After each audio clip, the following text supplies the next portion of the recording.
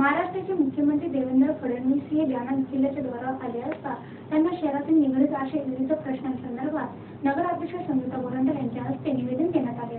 जालना नगर परिषद जालना स्वच्छ जालना सुंदर जालना महाराष्ट्र सुवर्ण जयंती नगरोत्थान महाअभियानाअंतर्गत जालना शहरातील अंतर्गत पाणीपुरवठा वितरण व्यवस्थेच्या कामाचं भूमिपूजन सोहळ्यास महाराष्ट्र राज्याचे मुख्यमंत्री देवेंद्र फडणवीस हे जालना जिल्ह्याच्या दौऱ्यावर आले असता जालनाच्या सर्वप्रथम नागरिक तथा नगराध्यक्षा संगीता गोरंट्याल यांनी मुख्यमंत्री देवेंद्र फडणवीस यांचा पुष्पगुच्छ देऊन व स्मृतिचिन्ह देऊन यथोचित सत्कार करीत जालना शहराला निगडीत अशा विविध प्रश्नांना अनुसरून मुख्यमंत्री साहेबांना निवेदन देऊन त्यांच्याशी चर्चा केली. या निवेदनामध्ये शहरातील महात्मा फुले मार्केट उभारणीतील जाचक अटी रद्द करून 20 कोटी रुपयांचा निधी महात्मा फुले मार्केट उभारणीसाठी देण्यात यावा. त्याचबरोबर घाणेवाडी ते जालना पाईपलाईन दुरुस्तीसाठी निधी देण्यात यावा. शहरातील पदवी बंद असून सरासरी बिल आकारणी केली जाते याची चौकशी करून दंड आणि व्याजाची रक्कम माफ करण्यात यावी. शिवाय कृषी पंपावर आधारित पाणीपुरवठा योजनेची वीज बिल आकारणी करावी. अशा विविध महत्त्वपूर्ण विषयाला अनुसरून मुख्यमंत्री यांना निवेदन देण्यात आले. यावेळी नगराध्यक्ष संगीता गोरंट्याल, भाजप प्रदेश अध्यक्ष रावसाहेब पाटील दानवे, पालकमंत्री बबनराव लोणीकर, राज्यमंत्री अर्जुनराव खोतकर, आमदार राजेश टोपे, आमदार नारायण कोचे, माजी आमदार कैलास गोरंट्याल, उपनगराध्यक्ष राजेश राऊत, मुख्य अधिकारी संतोष खांडेकर, जिल्हा प्रमुख भास्कर आंबेकर, जिल्हाधिकारी शिवाजीराव जोंधळे, विभागीय आयुक्त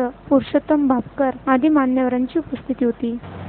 जालना अंतर्गत जलवाहिनीच्या भूमिपूजनाच्या निमित्ताने काल मुख्यमंत्री माननीय देवेंद्रजी फडणवीस यांचा जालना दौरा होता आणि त्यांना नगर परिषदेच्या वतीने काही मागण्यांचं निवेदन मी दिलेलं आहे.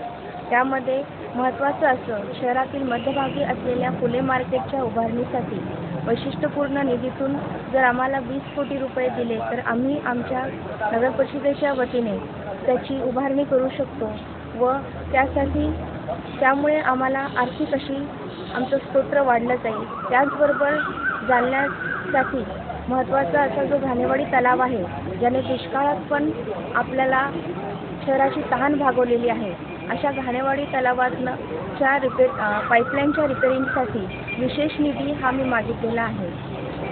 आणि त्याचबरोबर शहरातील पथदिव्यांचा प्रश्न हाही महत्त्वाचा आहे.